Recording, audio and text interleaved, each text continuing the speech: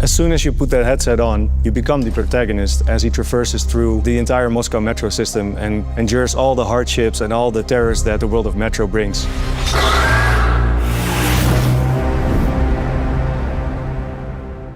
Metro Awakening VR is the first VR installment in the series. It's an original story penned by Dmitry Glukovsky, the writer of the books. It's a single-player, narrative-driven game that follows the story of Khan, a fan-favorite character in the series. It takes you through the darkest depths of the Moscow metro system after a nuclear war has put the world to ashes. It's got that Metro trademark immersion, but pushed to the next level and giving players that heart-pounding action, tension, and meaningful story that they love. So our main goal at Vertigo is to immerse the player into a different world, into a different life. And PlayStation VR2 is a really powerful system that helps us reach that goal.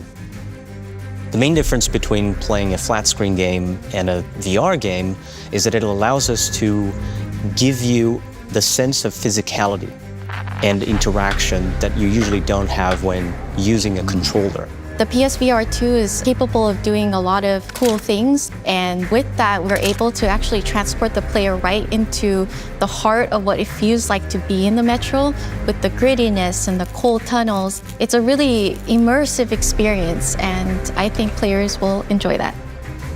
So the challenge that we always have with VR games is that the player is even more in control than with traditional games. You actually have to think about the fact that players will be able to use their hands and be able to look all around. You're not just a character where we control where your camera is, you are the camera. We have to consider all different kinds of interactions and potential avenues that players may take while walking around and looking around. It's really about how grounded the world feels like. Does it feel like you're actually in the metro? Does it feel like when you're right by the fire, you're actually being warmed up? Players are going to love all of the little moments that Metro traditionally has, the little moments where you can sit by a fire and you can play the guitar. Those moments of rest are just as important as those moments of sheer terror. The world of Metro is, of course, a very moody and dark and sometimes horrific place. There's darkness all around you that's almost palpable. You can hear mutants creeping in the shadows. With the adaptive triggers, you can really feel the impact of firing your weapon when you land those shots at those enemies. That little bit of resistance gives it that extra punch, and when you then finally land that headshot, that's a very satisfying experience. PlayStation VR2 allows us to add different dimensions of immersion by additional feedback. Headset feedback allows us to connect more physically with players by giving them a sense of interaction with their bodies.